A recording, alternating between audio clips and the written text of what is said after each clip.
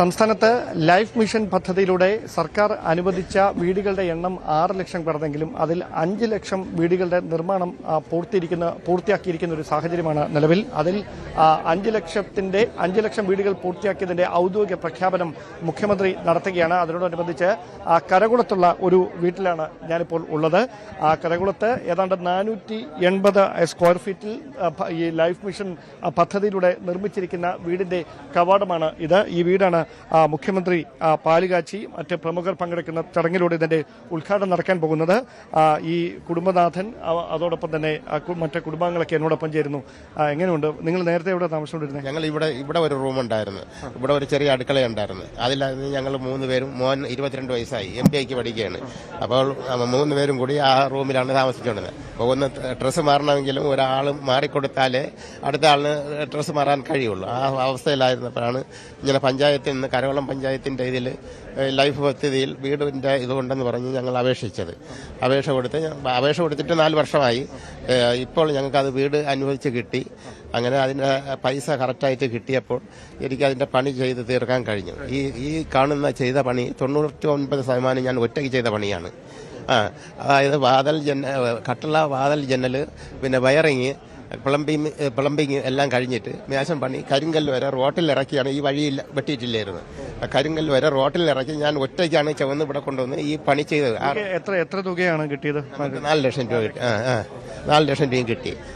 അവിടുന്ന് ഒറ്റയ്ക്ക് കൊണ്ടുവന്ന് ഈ പണി ചെയ്ത് ഇത്രയും ആക്കാൻ കഴിഞ്ഞതെന്ന് പറഞ്ഞാൽ എൻ്റെ ഒരു കഴിവ് കൊണ്ട് മാത്രമല്ല, വൈഫിന്റെ കഴിവും കൂടെ കൊണ്ടാണ്. വൈഫ് സുഖമില്ലാത്തതാണ്, ക്യാൻസർ രോഗിയാണ്. 13 വർഷമായി. മോൻ MBAക്ക് പഠിക്കുകയാണ്. സന്തോഷവും ലൈഫിന്റെ വീട് കിട്ടി 5 ലക്ഷം പേർക്ക് അതിലൊരാളാവാൻ സാധിച്ച് സന്തോഷമുണ്ട്. ഇനി ഇത് തുടരണം എന്നാണ് ആഗ്രഹം. അത്തരത്തിലാണ് പ്രതീക്ഷകൾ. ഈ വീടിനകത്തും ഒരു കുടുംബത്തിന് വേണ്ട താമസിക്കാൻ കഴിയുന്ന എല്ലാ തരത്തിലുള്ള സൗകര്യങ്ങളും സജ്ജമാക്കിയിട്ടുണ്ട് എന്നതാണ് എടുത്തു പറയേണ്ടുന്നത്. അതായത് ഏതാണ്ട് ഒരു 20,000 കോടി രൂപയാണ് ഇതിനോടകം സംസ്ഥാന സർക്കാർ ആകെ ഈ പദ്ധതിക്ക് വേണ്ടി ചെലവഴിച്ചിരിക്കുന്നത്.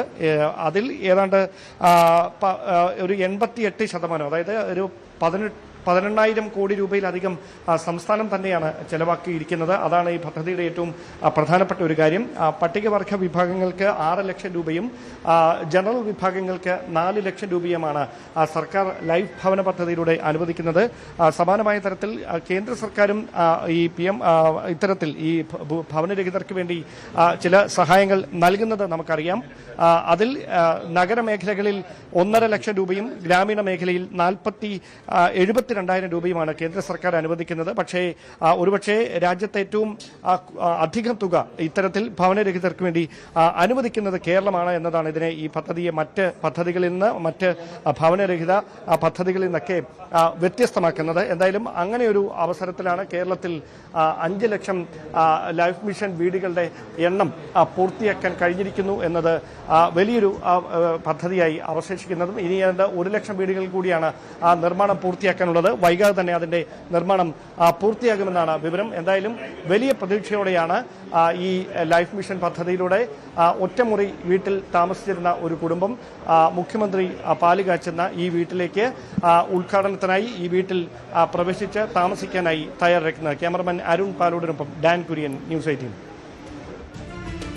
വലിയ സന്തോഷത്തിൽ ആണ് ഇങ്ങനെ ലൈഫ് മിഷൻ പദ്ധതിയുടെ ഭാഗമായി വീടുകൾ ലഭിച്ചത്. അമ്പരചുംബികൾ ആയ ആഡംബര സൗധങ്ങൾ മാത്രമല്ല ഒരു പ്രദേശത്തിന്റെ വികസനത്തെ അടയാളപ്പെടുത്തുന്നത്, മറിച്ച് അടിസ്ഥാന വിഭാഗങ്ങൾക്ക് ലഭിക്കുന്ന ഇത്തരം സൗകര്യങ്ങൾ കൂടിയാണ്. തീർച്ചയായും സർക്കാരുകൾ എന്നത് ഭരണ തുടർച്ചയാണ്. ഇനിയിപ്പോൾ ഏത് സർക്കാർ അധികാരത്തിൽ വന്നാലും ഇത്തരം നല്ല പദ്ധതികൾ തുടരുക തന്നെ വേണം. അങ്ങനെ തുടരും എന്ന് നമുക്ക് പ്രതീക്ഷിക്കുകയും ചെയ്യും. കൂടുതൽ വാർത്തകൾക്ക് news 18 Keralam YouTube channel subscribe ചെയ്യുക.